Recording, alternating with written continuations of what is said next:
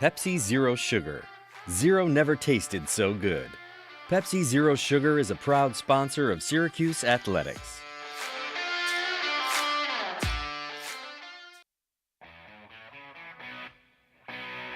The final horn is sounded, so let's highlight some of the game's biggest moments. It's time for Radio Replay on WAER. Syracuse men's lacrosse in its own limelight after a 9-8 victory over Duke today in the ACC Championship. What a game for Syracuse after being left for nothing on Friday, coming back and winning the weekend and not only clinching a spot for sure in the NCAA tournament, but potentially locking up a home game as well. Let's listen to how this game broke down. We've got Radio Replay for you in a championship bout between Syracuse and Duke. Both teams had pretty much locked up an at-large bid in the NCAA tournament, like I mentioned. The rest of the ACC, that's all up in the air. But who would want a conference tourney title? Syracuse attackman Owen Hiltz certainly did. Offense for the first time. It's Michael Leo, right angle extended, flips out Hiltz, a shot and a goal! You cannot stop Owen Hiltz! One shot, Syracuse on the board. 1-0, 13:26 to go, first quarter. The offenses were pretty quiet after that, but that was 61 straight games with points for Owen Hiltz. But this game wasn't that different from the first meeting. Remember, a very slow start for Syracuse. Orange goalie Jimmy McCool continued to shine until the Blue Devils finally scraped one by. A dodge over a screen, back up from Delgado. He rips a right-handed shot and scores in the left side. Delgado's hot streak continues. Around a pick, straight away, beats Jimmy McCool.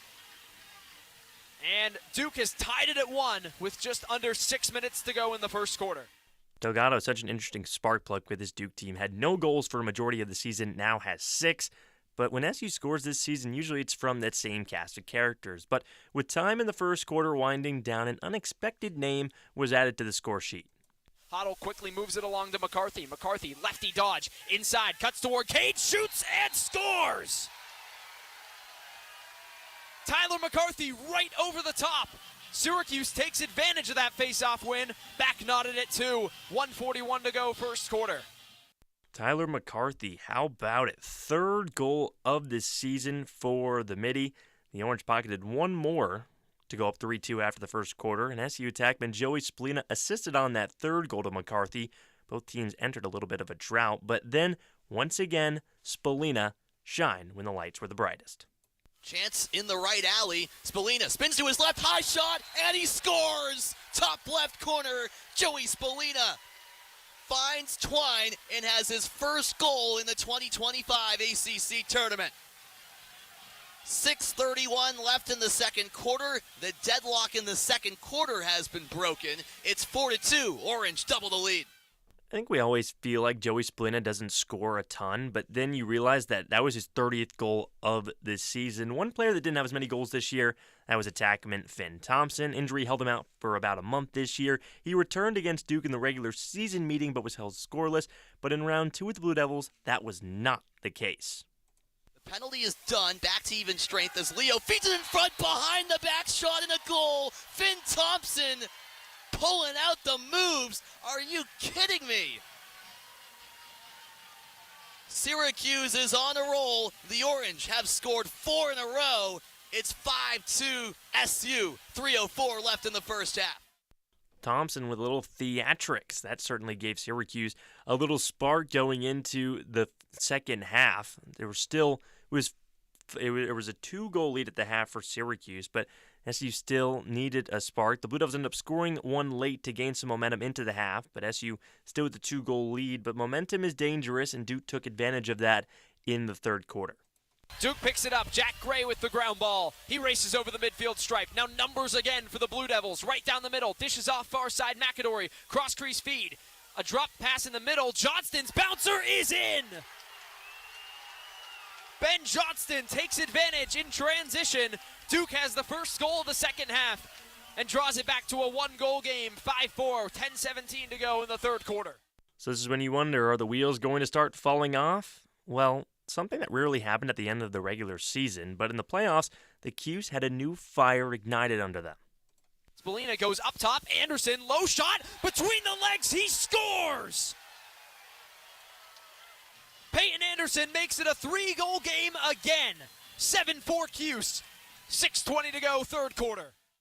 Both teams added a goal after that score from Anderson, so an 8-5 lead going into the final quarter, 15 minutes from glory. The Blue Devils got one back, but once again, Peyton Anderson showed why he's playing so much, even just as a freshman. Thompson to Anderson, bullies his way through, low shot, he finishes. Bottom left corner, Peyton Anderson, the freshman, says, I can do it all myself. The goal stands for now as the officials talk it over. And it's confirmed, a good goal, and the sideline erupts in jubilation. 10:54 left in the fourth quarter. Syracuse up by 3 again. It's 9-6 Orange on top. Can you spell that? Well, the Orange certainly could. Smelling victory at this point, but those pesky Blue Devils just would not go away. And as SU searched for the dagger, Duke pulled itself right back into this game. Delgado, crossfield pass into the right alley with Johnston, who's 1 goal away from a hat trick. Down to X, wraparound chance, low shot, it slips home. It's the freshman Liam Kirschus with his first of the day, and Duke is not done yet. 5:40 to go in the game. Syracuse leads 9-7. All right, so final 5 in Charlotte, no biggie. Syracuse still in front by 2. All you need to do is just get a couple stops, right? Right? Delgado thought about a shot, instead gives off for McAdory. Quick release and a goal. Top left corner, Max Sloat gets one by McCool, and with 61 seconds to go, it's a 1-goal game. The Syracuse lead is now 9-8. We're not done yet in Charlotte. Not done yet, that's for sure, Sam Reese. Oh boy, a 1-goal game with under a minute left for championship gold. Is Syracuse going to be on the other side of a championship classic? Well, to add to this drama, the Blue Devils had one final chance. Johnston rolls to straightaway, feeds down low, the shot wide. Eric Bolivar missed the target. The ball trickles out of bounds, and Syracuse holds on. 9-8. It's all over, and for the first time in 9 years, Syracuse is the last team standing in the ACC. The Orange are the kings in the Queen City, and they are the 2025 ACC champions. Second time in a row on WAER in consecutive years that Syracuse has been the kings of the Queen City. This one a little bit bigger than last year after a win over Johns Hopkins in the Crown Lacrosse Classic. Fast forward to now a win in the ACC championship game, 9-8 over the Duke Blue Devils. Time to hand out the Pepsi player of the game. So many options. But this game was won on defense, and he didn't get this last game, even though I thought he should have. Jimmy McCool, your Pepsi player of the game. 10 saves on only 8 goals against. The save percentage just under 56%. Following a game where he had 20-plus saves. I guess that ice bath must have worked that he talked about. I talked about the medication chamber that Darth Vader uses. I guess he hopped into that as well. What a game for McCool. What a game for that Syracuse defense, and he led it all the way, holding Duke in single digits. Syracuse still held in single digits as well because of how good that Duke defense is, but still coming out on top 9-8. We don't know when our next broadcast is, but Syracuse all but locked into a spot in the NCAA tournament. The question is, where will they play? Syracuse would hope after a win today, it's at home. The selection show is tonight at 9:30. Be sure to follow us on Twitter at WAER Sports. Syracuse will either play Saturday or Sunday. We'll have your call for that broadcast and every NCAA tournament game coming up on the original home of the Orange. Want to make sure we hand out some thank yous before we get out of here. I want to thank Jared Valentin for steering the ship as our producer, Griffin Marcy pushing all the right buttons as our engineer, Drew Alba on radio replay, and the entire WAER Sports desk. We could not do what we do without them. Stay an extra time after school. Finals are done. You guys are the best, and we appreciate you sticking it out with us and how you will continue to stick it out with us here at WAER for the rest of Syracuse's postseason run. Not done yet here on WAER. The double overtime still ahead. We've got Andrew Delapiana and Adam Yatkin coming up until 3:30. Make sure to give them a call at 315-443-2011 again until 3:30. Get your voice heard. Tell them how you feel. This is a big momentum-shifting win for Syracuse going into the NCAA tournament. Maybe Syracuse back in the national championship favorite conversation, but I guess that's a question I'll leave for Mr. Adam Yatkin and Mr. Andrew Delapiana. Guys, do you think that this might be where everything changes for Syracuse? Well, Max, that's a big question. Is this now a national championship contender? I don't know how you can say no. ACC champions. It's the first time that Syracuse men's lacrosse gets to say that in 9 years. Andrew, can we say it now? Syracuse is back? Yes. Yeah. Yes. Yeah, Big win. they are. It's a huge win, absolutely. And they got by the hairs of their chin in this one, where you felt like they were in control throughout, and then Duke nearly ties the game in the final seconds. We'll break that final play down, but Syracuse survive and advance. That's what you're supposed to do in May, and the Orange did it today. The Orange can never make it easy on themselves. Got very close in the end, but at the end of the day, Syracuse wins it. Syracuse solidifies a spot in the NCAA tournament. Probably solidifies a top 8 seed, which means a home game in the NCAA tournament. We'll get into all of that and so much more on the double overtime. It starts right now. The game may be over, but our coverage on WAER is not. Here on the double overtime, we'll be breaking down all the highs. English charging at Cage, has an angle, shoots high, and connects with the back of the net.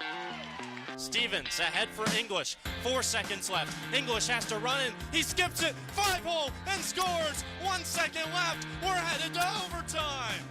Passes behind the cage. A cutter in front, a behind the back, and a score. Syracuse strikes first against number 1, and Finn Thompson with the theatrics. And the lows. Fine, caught in a world of trouble. He turns it over. Duke on the fast break. 1-on-none. Zawana shoots high and scores high. Right down Broadway to English. Rings it off the pipe and out. How many of those have we seen today? Devastation. Denver beats Syracuse 10-8 in the 2024 NCAA Tournament quarterfinal. Delivering our hottest takes along the way. How do you not get up for this game? Like, I understand Duke is more angry, but Syracuse has probably more to prove than Duke does. This did not look like previous games against Notre Dame. You can tell Syracuse is a completely different team as it's been for the last 3 to 4 seasons. When you're giving up 20 turnovers, when less than half of your shots are run goal, you can't be considering yourself a top 5 team. You can't be considering yourself back. And I was shocked that they dominated this much, but this just shows you the difference with this team. One of the reasons Syracuse held on to win this game is because when they went up 12-8 in the fourth quarter, they kept winning faceoffs and were able to take a minute 20 off the clock, which limited the possessions Hopkins had in the fourth period. Get your voice heard by calling in at 315-443-2011 or by tweeting us at WAER Sports Talk. It's the double overtime, and it starts right now.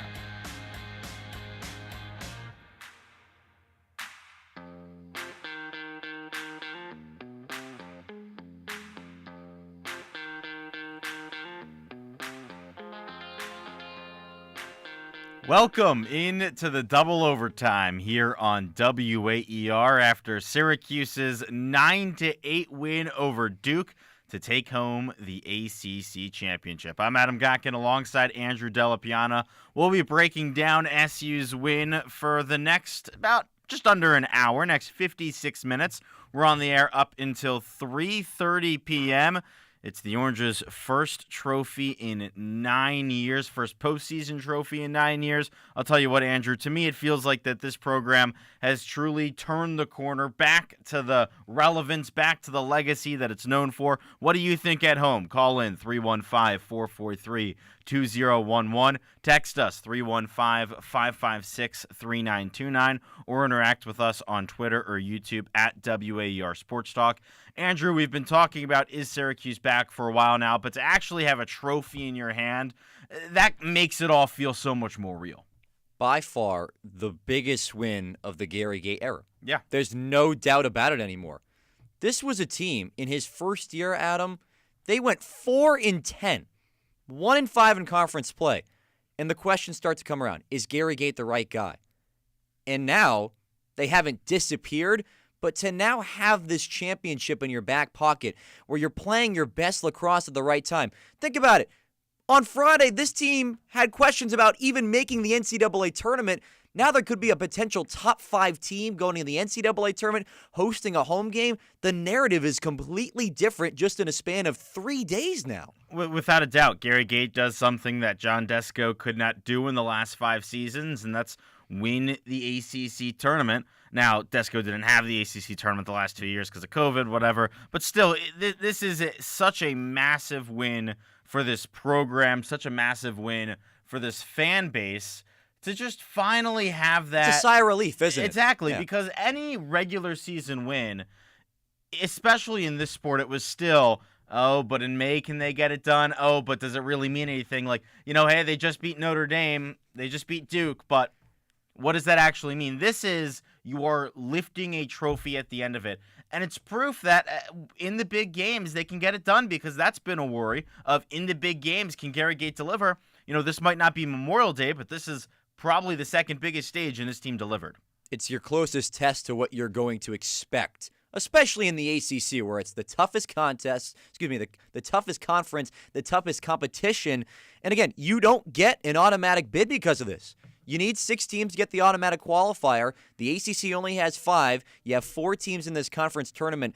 But the way they kind of set the tone early on, even in that Friday game against Notre Dame where they came out guns a-blazing, they led 3-0, scoring the first goal in this one as well, doing a better job at setting the tempo. Everything that Syracuse was doing wrong in the regular season, it kind of felt like they changed it just a little bit, and their brand of lacrosse changed just a little bit more. The offense was more coherent. Their defense started to play a little bit more together. Jimmy McCool just had the weekend of his life to save this team.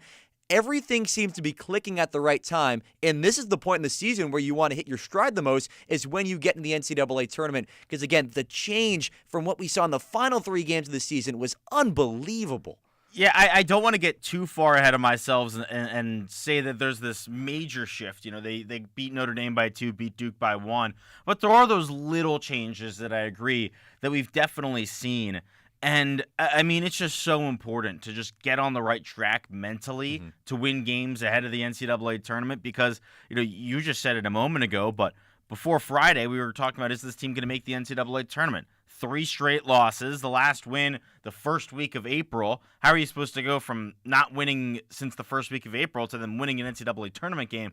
That doesn't happen. But to just get back on track is just so important. At home, how important do you think it is for this team to get back on track, win these 2 games? Call in at 315-443-2011. Because, Andrew, I think that this win today and the win on Friday proves that there is something to play for in May.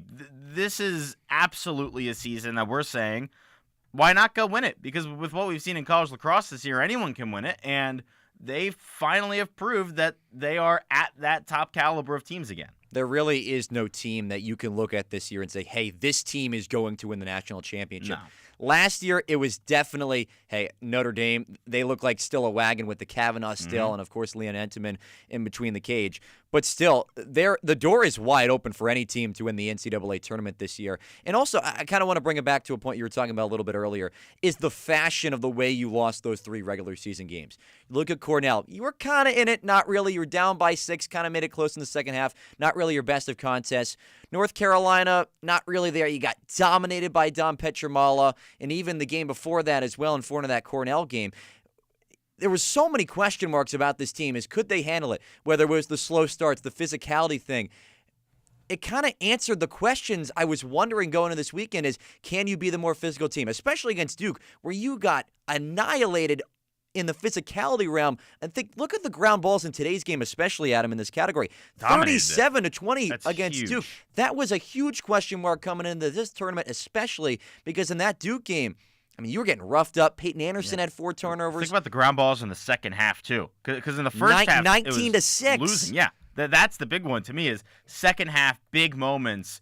They did the little things right. They won the ground balls. They won the faceoffs in the second half. 5 for 5 in the fourth quarter, 4 for 6 in the third. Those little things that we've seen really tail off towards the end. They've been there, but not consistently. And that's the big thing with this, is consistently in the third and fourth quarters, even if the offense wasn't really there, just 1 goal in the fourth quarter, it was the other things. It was the miscellaneous. It was getting the ground balls. It was not really, giving it up and turning the ball over in the last couple of minutes like Duke did and like Syracuse has done before this season. It was just playing calm, clean lacrosse. And I think that now that this group is older, this Joey Spallina, Michael Leo, Finn Thompson, this class of 2022 is juniors, and this is their third season. We're now finally seeing everything come to fruition. Well, that was the biggest point that Gary Gate hit on earlier in the season, that this junior class is developed. They're ready for the big games. I really think we saw it on full display in this game alone, especially this weekend.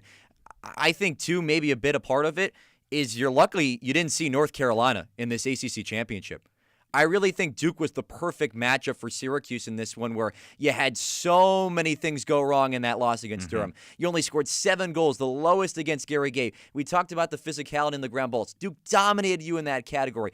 Everything that could have gone wrong for the Syracuse offense in that game, it did happen. Offensively, you weren't fantastic in this game. Defensively, it was a lot more sharper, but I really think Duke was the perfect opponent for Syracuse to get revenge, because I really don't think you're stopping a guy like Dom Petramala twice in a span of 7-8 days. So I think the Blue Devils were the perfect team for the Orange to play right now. I mean, the thing is, though, who knows? Because Duke just beat North Carolina 14-7. That is true. They doubled them up in the ACC semifinal. I think, if anything, that just more of says what this season is in college lacrosse, of literally anything can happen. The ACC is literally beaten up on itself the entire season. I mean, it's look pure at chaos. Look at the records of the team that were coming into today's game in conference play.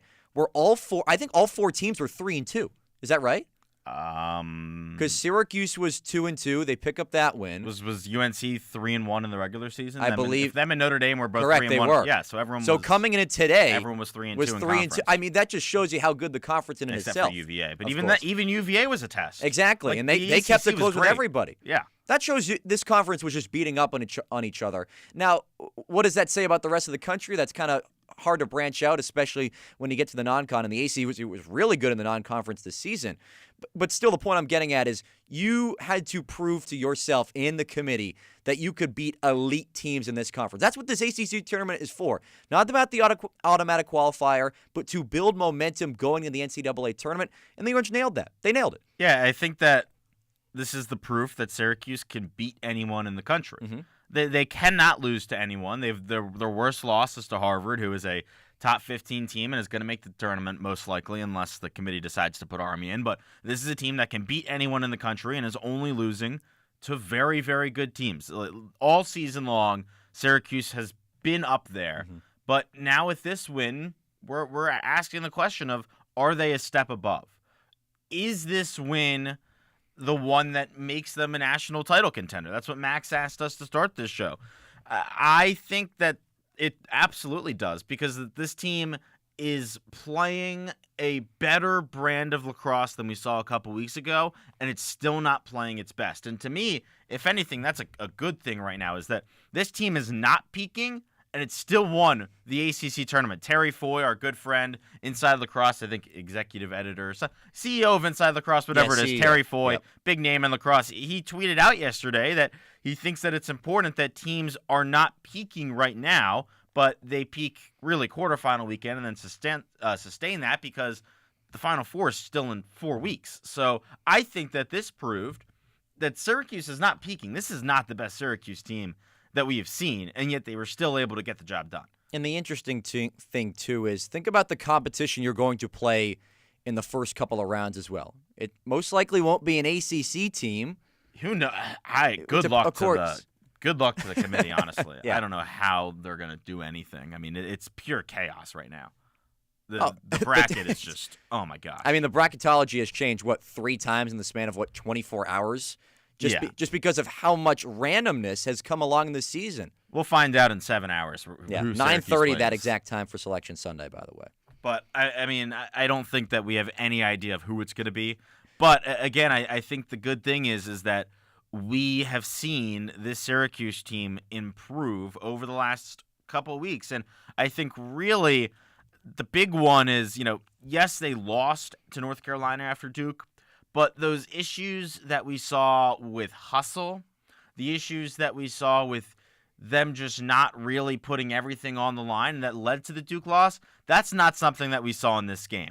At home, what do you think? Call in 315-443-2011. How much has that impressed you of Syracuse really putting it all on the line in this one? Because to me, it really stuck out to me of guys jumping in front of shots and diving after every single loose ball and really putting 110% effort in, something that in that losing streak we didn't always see. I mean, think about that first possession of the game. Billy Juan blocks a shot. Syracuse goes down the other end. Owen Hilt scores and has a point in 61 consecutive games now.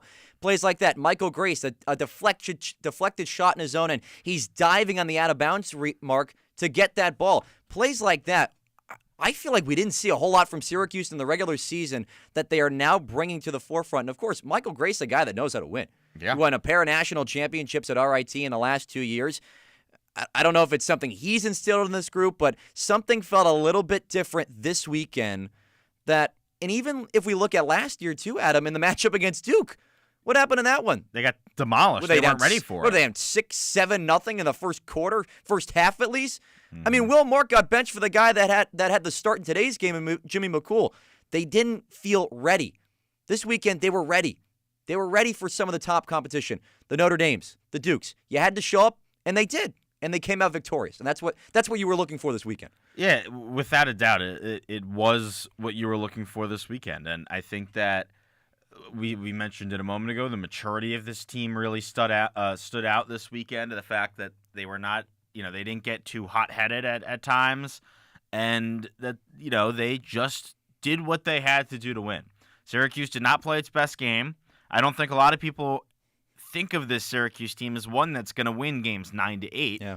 But they got the job done. And so many times in the playoffs, I think that's what can separate your good from your great teams of can you win a game when you're not playing necessarily your style?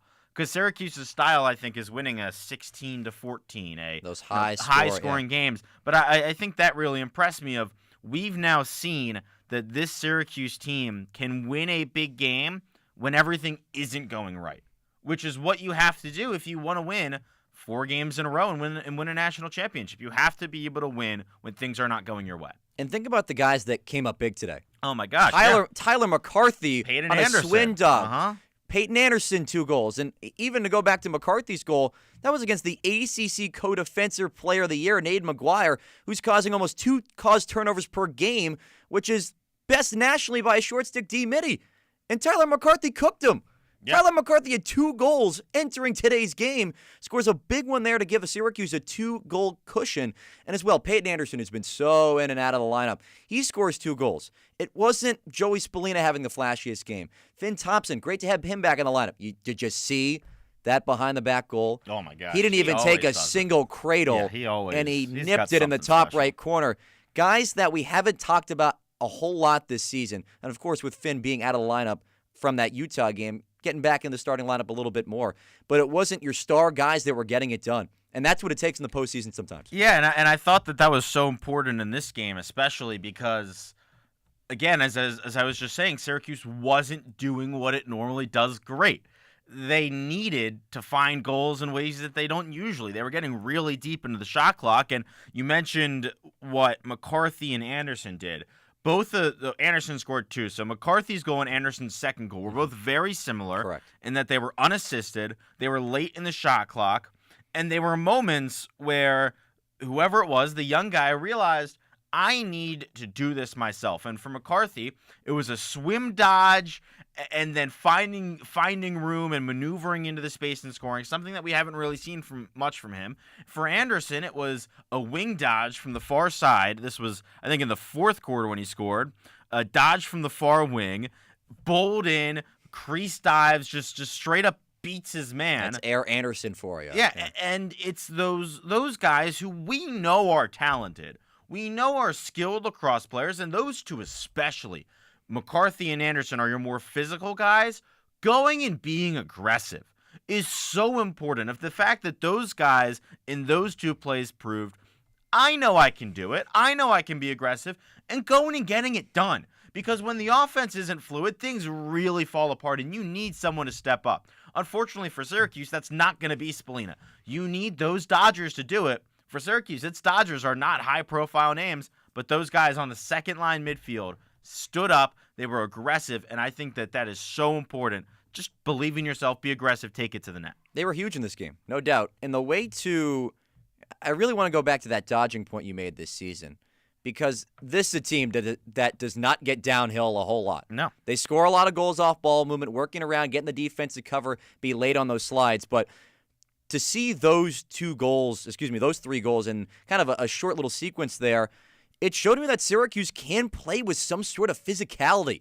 Like, they want to get into the teeth of the defense, make a move, and then even force an outside shot like we saw in Owen Hiltz, where you have to attack from every angle of the field. And I really think Syracuse did a fantastic job of this weekend, where they were dodging from the wings. That defender at the top would slide over. You get a wide open shot from just a little bit inside the restraining line. You give yourself a lot better of an opportunity from guys who are absolute snipers on this team to get better looks. You have to create more chaos within the defense, within the inside, and then you can work outside. That's how Syracuse has been running their offense all season long, as a team that does not get to the teeth of the defense a lot and score from that way. But this brand of physicality on offense from Syracuse, I love seeing it today. And the way that you do that is you just continue to move, and you continue to move the ball.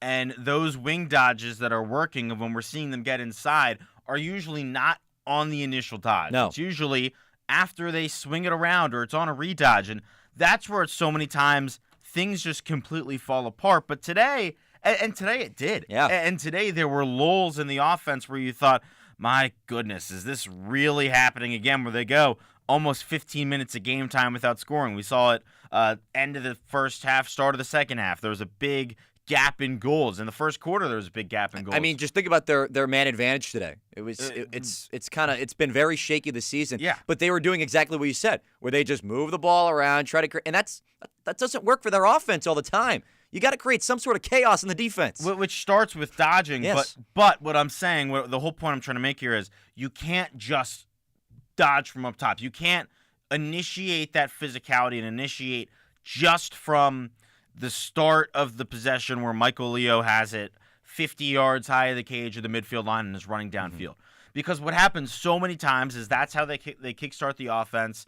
Leo doesn't have it. He gives it down to the wing, and they just stand there. And it doesn't really get going. What you need to see, and what I think is when this team is successful, is Leo dodges, and then he passes it to the wing, and then it goes to X. And then you pass it around, and then you dodge again. Mm-hmm. You really attack, and that's when it works. That's when then the ball starts moving. That's when we see Finn Thompson scores behind the backs, and sometimes you get the ball to X that way, and you have feeders in front of. There's just always something happening, and there's always something moving, and they need to just continue pushing. The offense needs to continue just going, and not get into the moments where they, just completely fall off, because that's what's been hurting them all season, and it's frustrating to watch. Yeah. Because it feels like I can say it so many times, and it's harder to do than it is to say, but eventually they have to be able to just play consistently on offense for an entire game and not get into the moments where for 10 minutes you're just standing there. Last point I'll make about this game in specific. They did a really good job of running a tremendous mirror play between Hiltz and Leo on the right wing, where Leo would toss it down low to Hiltz. They would kind of change spots right behind the goal mouth, and they would force that defender to switch out, and that would leave a short stick on Owen Hiltz to fire in the back of the net. It's more creativeness like that, because we've talked about it all season long. This team has the skill level to make unorthodox plays. And if you're getting into a creative mindset where you're running set plays, does that not make it better or something like that? The skill level of this team is too high to just be tossing the ball around, hoping for a good look from 15, 20 yards away from the cage. This team's too talented to do that. Yeah, and I like what you said there, bringing up, moving Leo down and getting a short stick on Hiltz and attacking those short sticks. It's something that I don't think this team does too great, but they did it at times, and they got Hiltz onto a short stick. And when you can get him moving up the field with a short stick on him, that means that there's not a guy with his long stick right in on his hands, then Hiltz can let a shot go, and he gets so much power behind it that it's just simply so hard to stop. Yeah. And, he had a solid game today, just 2 goals for Hiltz on only 3 shots. So very, small volume, but he got it done, Pays off. and Syracuse got it done. Syracuse wins 9-8. The Orange ACC champions. Adam Gotkin and Andrew Delapiana breaking it down here on the double overtime on WAER Syracuse. We're with you for another about 35 minutes, and we're going to get to a quick break in just a moment and bring on our play-by-play guy, Sam Reese, who's down in Charlotte. But before we get there, we've been talking about this a little bit throughout this entire show so far, but this is a big win for the NCAA tournament. Syracuse now, you don't get the automatic qualifier by winning the ACC, but if they were inside the bubble and then beat two top 10 teams, I think you're all right. I think you're okay. Yeah, so Syracuse made the tournament. And now with 2 wins over top 10 RPI ranked teams, you just jumped up 3-4 spots. And so now we're saying Syracuse is probably hosting and probably hosting a Towson, Colgate, Georgetown, and not a team like Harvard. I really think they propelled themselves to a top 5 after a pair of wins this weekend. If you win the ACC and you played the second hardest schedule in the country, you win the conference, how are they not a top 5 team in the country? They are absolutely a top 5 team in the country. Syracuse has one bad loss, and that was to Harvard. Correct. Other than that, your losses are at Duke, against Cornell, who's number 1 in the country, against top 10 UNC, and against top 10 Maryland on the road. Yeah. You can't blame them for any of those. No. And then, I know they've fallen off, but you beat Hopkins, you beat Notre Dame, you beat Virginia. Beat Notre Dame twice. Yeah, you beat Notre Dame twice. You beat, resume-wise, I think this team is there. They, even in some of those losses, held close and looked like they belonged. I think that this is absolutely a top 5 team, a top 5 seed team. The ACC beat up on itself so much that this conference proved that it's that good. Yeah. I think that this is now a top 5 seeded team, and just the difference between a Harvard and a Towson is so big. Because don't get me wrong, Towson's a good team. They're number 14 in the country right now. But they're not. No. I'm agreeing with you in that sense of they should not be a top 15 team. It's Syracuse unbelievable. throttled them this season. It's really unbelievable when you look at the most recent rankings of after you get past Syracuse at 12. It's just the drop off is. There is a top 12 and then everyone else. You got Rutgers in a top 20 spot. Of course, they won't make the tournament, but they had a losing 7-9. They had a losing record, and they're in the top 20. Yes. Who's at 20? St. Joe's now. St. Joe's 9-6. Goodness. Like Lemoyne receiving votes. Oh my! Once you get out of the top 12, it really starts to get not great. But the top 12 is just it's loaded. Anything can happen. I think that it's so important to get out of that spot where you're the 8 seed and you're playing the 9 or the 10. If you're the 5, again, you're playing a Towson. You're playing one of the automatic You'll get one of those, yeah. One of those teams that is beatable because, the top of the top in the NCAA tournament this year is it's going to be a mess. And it's going to be, if you're watching this as a neutral lacrosse fan, you're loving this. Because you are loving this. Legitimately, I think 10 teams you can say probably win the national championship. Yeah, that's fair. Cornell, Princeton, Maryland, Notre Dame, Syracuse. I can see all of them winning it.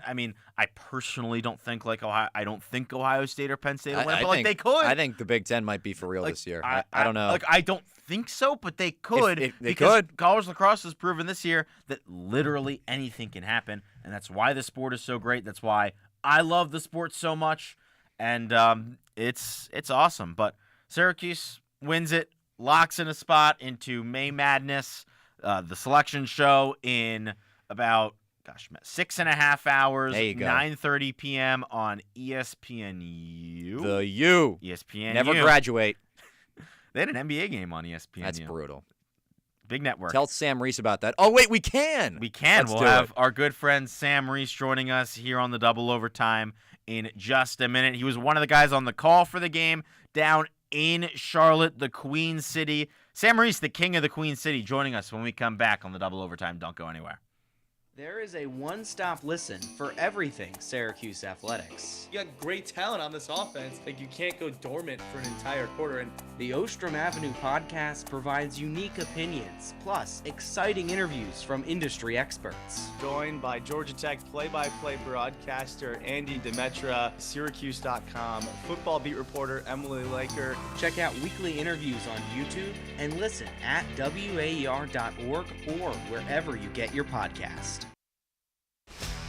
Thanks for listening. We hope you're enjoying this WAER sports broadcast. Our sports staff goes where the teams go, home and away, and prepare for days before each game broadcast. Our talk show and podcast hosts analyze games, pore over stats, and keep up on sports trends. These and many behind-the-scenes opportunities are made possible by listener donations. So if you're a fan or an alum, donate to keep our sports legacy strong at WAER.org and click donate.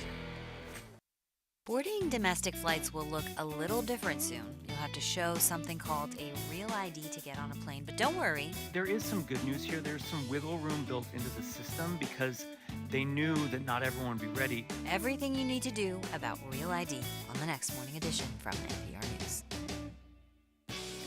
Weekdays from 5 to 9 on 88.3 WAER and streaming live on WAER.org.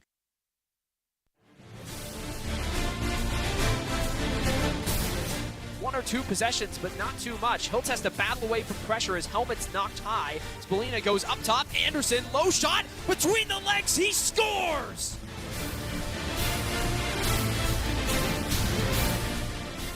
Well, it may not be the Pirates of the Caribbean, but may the fourth be with you, because Syracuse just won an ACC title for the first time since 2016, thanks to a 9-8 victory over Duke. Alongside Adam Gotkin, I'm Andrew Della Piana, joined here on the Double Overtime, joined up until 3:30.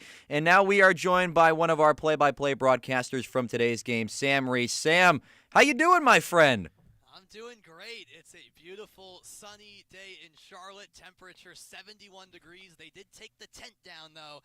That was really giving us some shade here. But you know, we're still thriving despite being a little bit sweaty here. It's a good vibe, although like everyone's cleared the field now, and all of a sudden it's very quiet here. But the celebrations were going on till a few minutes ago, really. No doubt, Sam. They look like some pretty festive celebrations. We saw they had the banner out. Everyone got the shirts, the hats. I mean, what was that moment like? Syracuse wins it.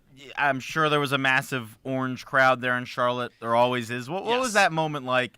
The second Syracuse wins it, and then kind of just take me through some of that post-game celebration that, of course, we couldn't see here on the radio. Absolutely. Yeah, it clearly meant a lot to this team. To get straight to the point, Adam,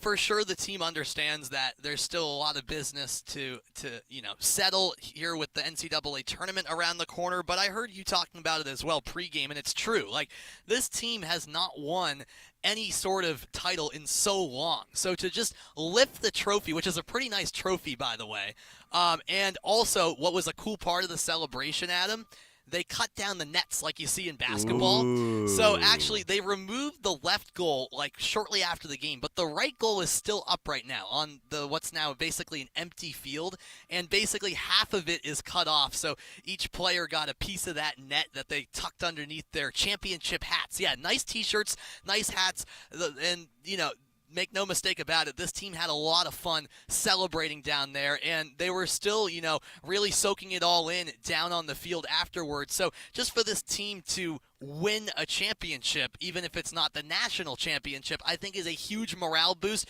and really the celebrations and post-game reaction proved that to me, because you could see how much it meant to them and what's been, at times an up and at times a down season. Even when we talked about it earlier, Sam, Syracuse in Gary Gates' first season went 4-10. When he spoke after the game, how was he feeling about this win? Was it a much of a sigh of relief as it was for Syracuse fans? I would say yes. All right. Gary Gates, the type of guy who he's level-headed.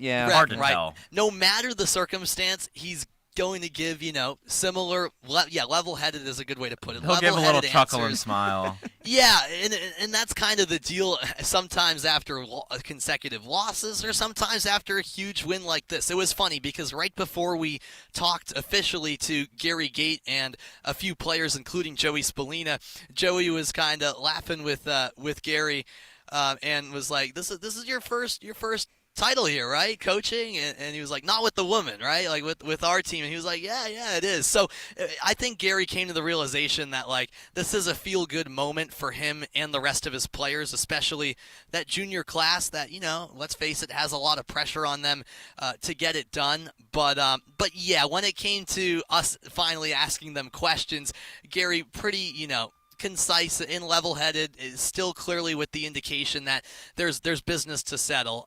But he was still having fun, kind of, when we weren't talking with him, with his players, saying, we gotta put a shirt on the trophy, and they did a cool trophy raise as well. So they were having fun, make no mistake about it. But in terms of the answers post-game talking to him, very business as usual. This is cool, but there's still more to settle in the NCAAs. Yeah, there is, but as we've been saying, this isn't something that you want to talk down on, because a trophy is a trophy, and this is a massive one. And Andrew and I were kind of talking about this earlier, and I want to get your take on it, Sam.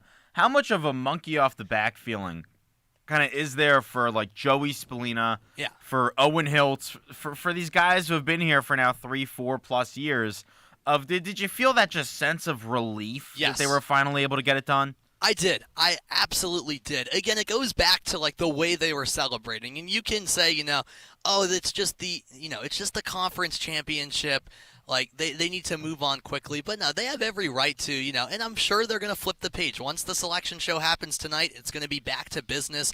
But, they deserve it, and their reaction suggested that. Yes, Adam. That, like, for guys like Joey Spallina, who had just a huge smile on his face, and a lot of those juniors in particular, they were dancing. There's a DJ actually here who's been here since Friday, just playing some great music. They playing Kendrick?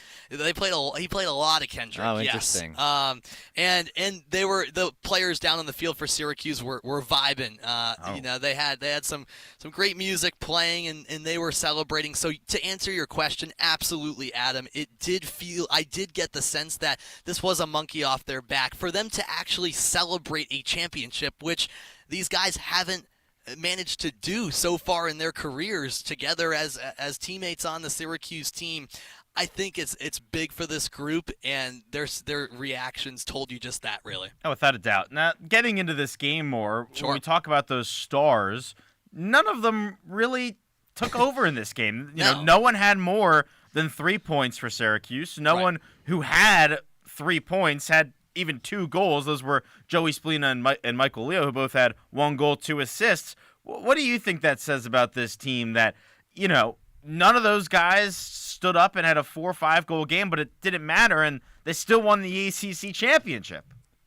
Right. I think that says a lot about this team, and that's why my main takeaway, honestly, Adam, from this weekend is Syracuse's defense, 100%. Oh, yeah. Mm-hmm. Because the offense, to your point, like, no one had to be the star of the show on the offensive end. Hiltz is due for a couple of goals like he did today, but, it wasn't a 5-goal performance like Friday. But, yeah, no one had to, go crazy. I mean, Syracuse only scored 1 goal in the 4th quarter, but Syracuse's defense, extremely impressive against a Duke team that was scoring for fun the other night against a very good UNC squad, and that was limiting its opponents, and that was really in a groove the last few games is what I should say. And I really thought, as much as Syracuse was riding the wave of that win on Friday against Notre Dame, that was one of the more impressive performances against UNC for Duke on Friday. So to go in here less than 48 hours later and quiet that Blue Devils offense the way they did, Michael Grace, Billy Dwan, Riley Figueres, in addition to Jimmy McCool's play between the pipes, unbelievable, really. And if they can continue to play like that and lock down very talented offenses like this Duke offense, this team's in pretty good shape, because the talent is there offensively where, they're going to most likely get it done. But again, they didn't really need to today in a 9-8 win. And I really think, too, they kind of got a lot of help from Duke The Blue Devils are really sloppy in this they game were. as well. Bad giveaways. And how about that play to end the first half, Sam, my where gosh. Andrew McAdory scores from 20 yards out? The momentum shift in that one could have been really large. But then to bounce back from that, I thought it was something. To not let that destroy you going into the half. I thought at the time, too, like, oh, shoot. They're like, screwed. They were screwed, yeah. They just let Duke right back into this game. And that goes back to my point, too, about, like, the defense, where that's like a fluky goal that Duke kind of scored. You know, you got to give them credit. You know, McAdory just slinging one from beyond the restraining line, and McCool couldn't track it, and it was just a weird goal.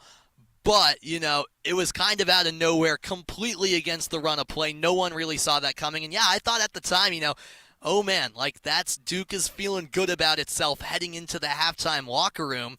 But then, like you said, Adam, Syracuse responds in that second half. Like, they battled adversity this weekend. That was a tight game against Notre Dame, even though they never trailed. And then especially today, where it was, you know, back and forth, really anyone's game. Yeah, it felt like the Orange, you know, had the upper edge throughout, but the Blue Devils were sticking around, and you got to give them a lot of credit. Yeah, you do. Jimmy McCool stepped up, though, for Syracuse, which kind of didn't let Duke come back into the game. I thought that, you know, McCool stood up when it mattered most, something that he had struggled, especially against Cornell a couple weeks ago, but now he is playing his best ball of the season. You know, he was incredible in the semifinal. By the way, I just saw this, an update on the Cornell-Princeton Ivy League Championship. Yes. Princeton was up 14-10. Cornell's gone on a 9-0 run, 19-14 with 5 minutes left.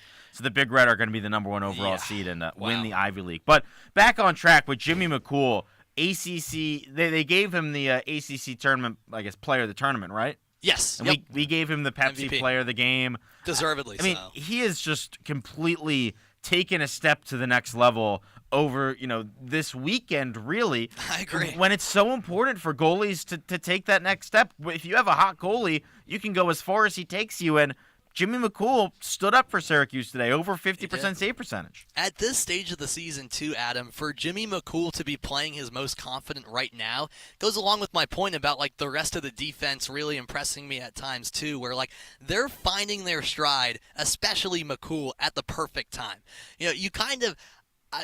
no guarantees, but I felt certainly after McCool's performance Friday night where he went off against Notre Dame, like he was feeling good about himself, and just talking to him after that game, you know, he was pretty confident, you know, despite the short turnaround and all of that, and I felt that confidence from him today where he just rolled it right into this one, and you touched on it. Like, if you got a hot goalie, that's totally a thing where, like, McCool is playing his most confident lacrosse right now. He's seeing the ball well, you know, minus maybe that McAdory shot at the end of the first half. But he's making all of those plays, especially from, like, close range. Some of these low stops he's making, too, with, like, his feet. The reaction time has been incredible. Like, and I feel like the team is really feeding off of that, too. So all around, that's a massive positive for this team to have McCool playing the way he has. 10 saves for Jimmy McCool today in Syracuse's 9-8 victory over Duke for the ACC championship for the Orange. We're on the line with one of our play-by-play broadcasters, Sam Reese, Adam Guck, and Andrew Del Piana, with you until 3:30 here on the Double Overtime. If you want to have a question for Sam about today's game, call in 315-443-2011 or text us at 315-556-3929. And, Sam, I want to continue the point on Jimmy McCool and his confidence growing, especially when we saw him last year in this Duke game. Yeah. The way he has revolutionized his game, especially in these big-time moments, it's really something I don't think we expected from a first-year starter. Yeah, Or I guess you could say that. No, I wouldn't say expect. Okay. I guess it's not a surprise, though, to me. Maybe not an expectation, but, like, I don't think that it's crazy to see him playing this well. He was like, a 5-star. He was a 5-star. Exactly. He was a 5-star. Sat behind Will Mark, yeah. Correct.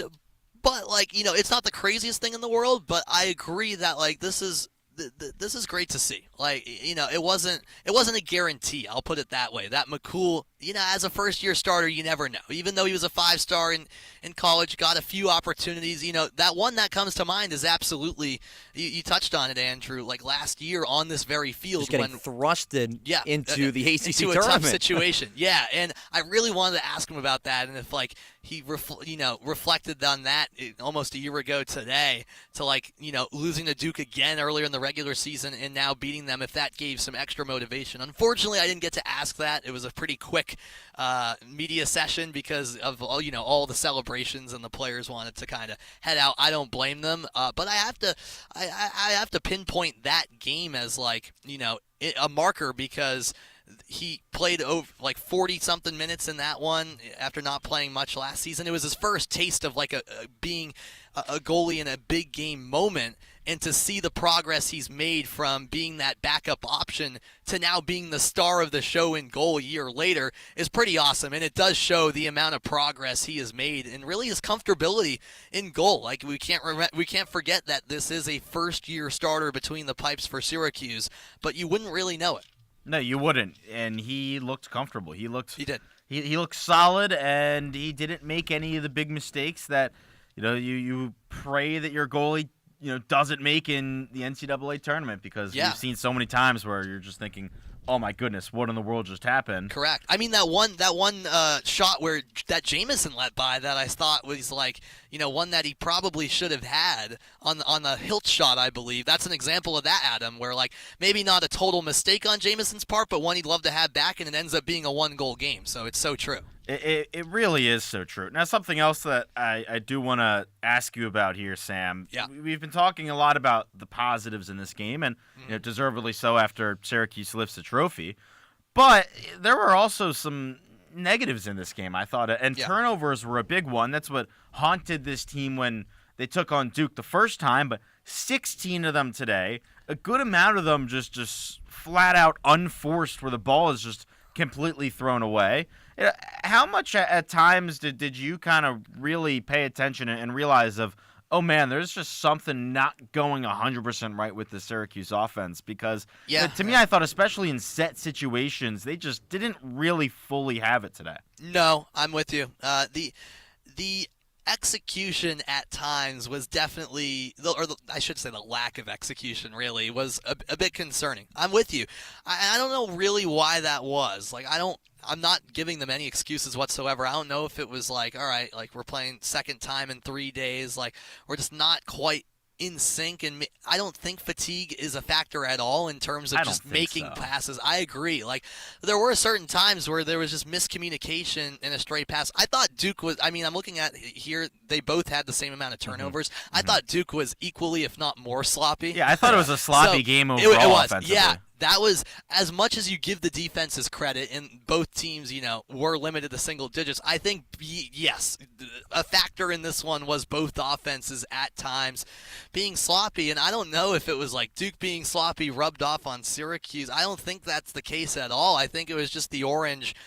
It's not even like they were too quick. A lot of set plays, to your point. Usually when Syracuse is giving the ball away frequently, it's because, from what I've seen this season, they're trying to go too fast in transition. But you're right, Adam. This was a game in which it was more methodical, drawn-out possessions. And even in those set plays, there were just some random giveaways that you don't expect, especially at this stage of the season. So I think it's fair to bring that up as a concern from an offensive perspective heading into the tournament. But I'm not totally concerned about it, because I have seen glimpses where this offense is remarkable. They zip it around. I forget which goal it was in particular, but just brilliant ball movement. I want to say it was in the second quarter, and that was a moment where I was like, that's what Syracuse needs to do on a more consistent basis, Yeah, it's why they're so frustrating. It's because there's so many points 100%. where you think, oh my gosh, just do that. Do that every single time you have the ball, and it'll work out perfectly. But I know exactly what you're talking about. Andrew, we were talking about this throughout the game, of points where Spalina's at X and he finds a feeder in front, and whether it's a behind the back or one of those moves, they were able to get it done, but they couldn't do it the whole game. Absolutely. Last question we'll throw at you, Sam, before we let you go. I know it's good. I'm almost being kicked out here. They got to fold up this table. It's been a long weekend for you at Charlotte, but I know you got to go to Kendrick Lamar. Oh yeah, your favorite artist for the first time and last SZA. night. And SZA. And SZA, she was good. What was that like, my friend? It was great. Kind of a last-second decision from me and my good friend Jish Sokolsky, who's down here for Citrus TV. member of WAER, of course. We were kind of waiting for those prices to drop, and we snagged them last second. And, best concert I've ever been to. Wow. Bank of America Stadium, where the Charlotte Panthers and Charlotte FC play, of course. It was a really good crowd. I mean, sold out. Really fun experience. And Kendrick and SZA performed for about 3 hours. Wow. So they really played all the hits, and the DJ was playing more of those Kendrick hits today at American Legion Memorial Stadium. So, it was great. And especially the thunderstorms kind of passed. It was downpouring at times yesterday. But just a drizzle during the concert, but it kind of played into the vibe. And then a beautiful day today.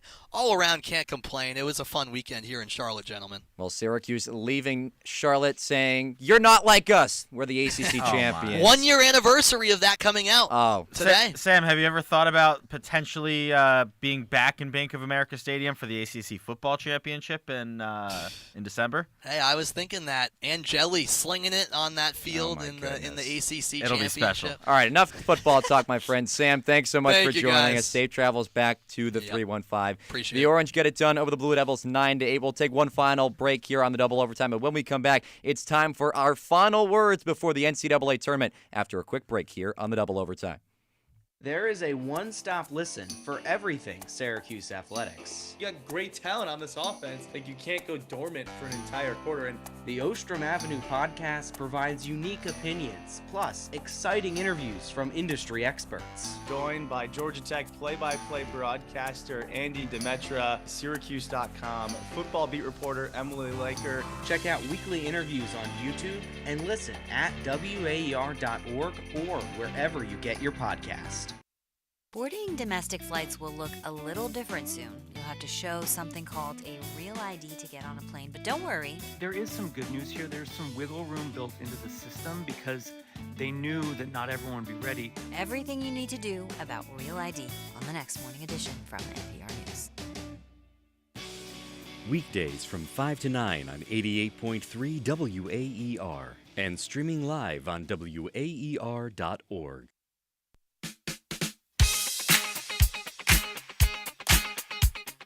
Johnston rolls to straightaway, feeds down low, the shot wide. Eric Bolivar missed the target. The ball trickles out of bounds, and Syracuse holds on 9-8. It's all over, and for the first time in 9 years, Syracuse is the last team standing in the ACC. The Orange are the kings in the Queen City, and they are the 2025 ACC champions. Celebrate, everyone. Celebrate good times. Syracuse is your 2025 ACC men's lacrosse champions. The Orange take down the Duke Blue Devils 9-8 in the ACC title game. I'm Adam Gotkin alongside Andrew Della Piana here on the double overtime on WAER. We've got about 8 minutes left with you until it is time to say goodbye, so we'll end things with my favorite part of the show, our final words. And for me, it's pretty simple, everyone. I wish we could get that music back on, because I'm saying enjoy it. Celebrate. This is the first trophy for the most historic program in men's lacrosse in 9 years. If someone said that to you 9 years ago, they would call you insane, because this is not a thing that happened. Syracuse going 9 years without winning a trophy. I mean, Syracuse had not gone 9 years without winning a national championship since the very first time that they won it. So finally, this program is back to where it should be, and this program is back to where it needs to be. The sport of lacrosse is better when Syracuse is better. And I just want to give a massive shout out to this class of Owen Hiltz, Caden Cole, these other 5-year guys who have been through it all, because it was not tough. There were some real down points for this program. Not easy. The first year of Gary Gate, 4-10. The year before and after that, last year at Desco, second year at Gate, the team goes one game over 500. But to stick around, to believe in this program, and to get it done for the fans, for the best fan base in college lacrosse, and to win the first ACC championship since 2016. Enjoy it, everyone. Celebrate, because these aren't things that happen every day. It's not that often that you get to celebrate a trophy We were talking about this earlier. We were in 6th grade. There were players in 4th grade the last time Syracuse won the ACC Peyton Anderson was in 4th grade. So enjoy it. Enjoy it, everyone. That's a good final word. Yeah. No doubt. Let's be happy. But I'm looking at the future. Oh. And it's really going to be for the Syracuse team. I've been trying to search for some sort of direction of what this team has been. Because as you said, the lows have been very low. The highs have been very high.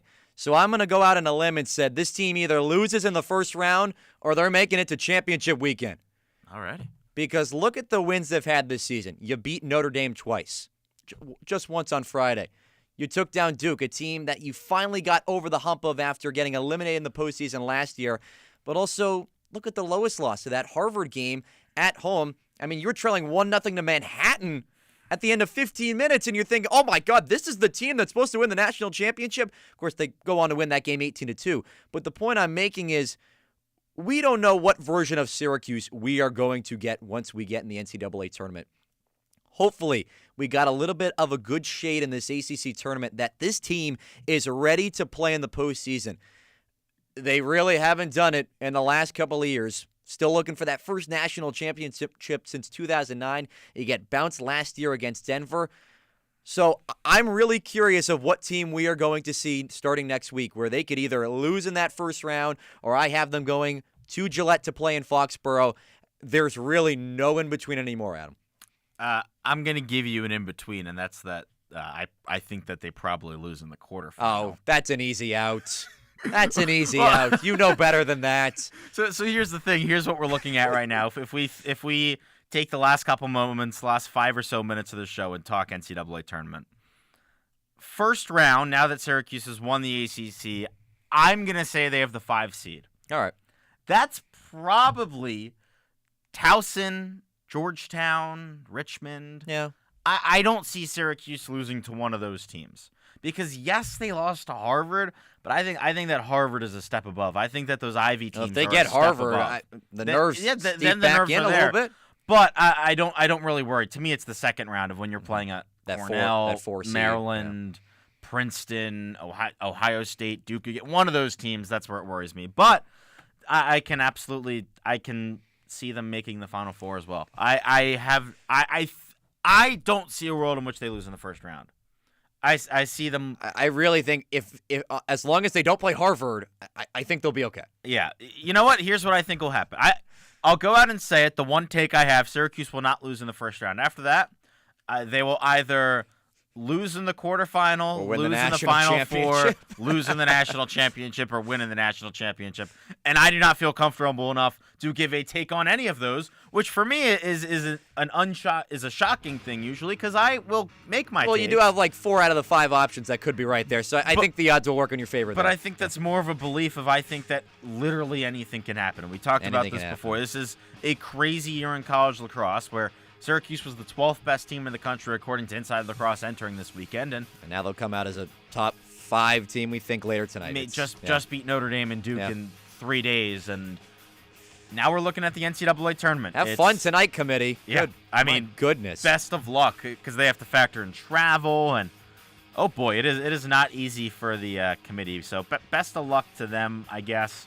But yeah, I mean, it'll be fun. No matter what, it'll be fun. NCAA tournament. We can't wait. Although we are going to have to wait to find out when and where Syracuse is playing. Most likely Sunday 7:30 because Syracuse is probably going to host graduation in the Dome at 9:30 a.m. on Sunday. Yeah. There are graduations in the Dome all day on Saturday. So they hosted Towson last year at 7:30 p.m. My guess, 7:30 on Sunday, Syracuse first round of the NCAA tournament. But who knows? After that, we'll see. Well, we want to give out some thank yous to our producer, Jake Klein, our engineer, Griffin Marcy, our good friend, play-by-play broadcaster, Sam Reese, who joined the show live from Charlotte. Thanks so much. The WAR Sports Talk desk of Griffin Blunstein, Jack DiNapoli, and Nick Zuppi. Thank you to the 3 of you for everything that you did for the double overtime today. We still got about a minute 20 left to talk, so why not use up all of this time that we have, Andrew, because I think we have more takes. If Syracuse wins the national championship, how surprised are you? I'd be pretty surprised. after all this, you're still pretty surprised. I still would be, because look at who's at the top. Cornell, Maryland, Princeton, Ohio State. That's 4 really, really good teams. And Syracuse. That Syracuse could lose to any of them. Or beat any of them. Or could beat any of them. That's exactly my point. I would not be surprised if anything happens because, well, that's what this college lacrosse season has taught us. Don't be surprised about anything. Well, for Andrew Delapiana, I'm Adam Gotkin. We thank you all so much for tuning in to this broadcast. Celebrate, everyone. Syracuse men's lacrosse are your ACC champions. Have a great rest of your day.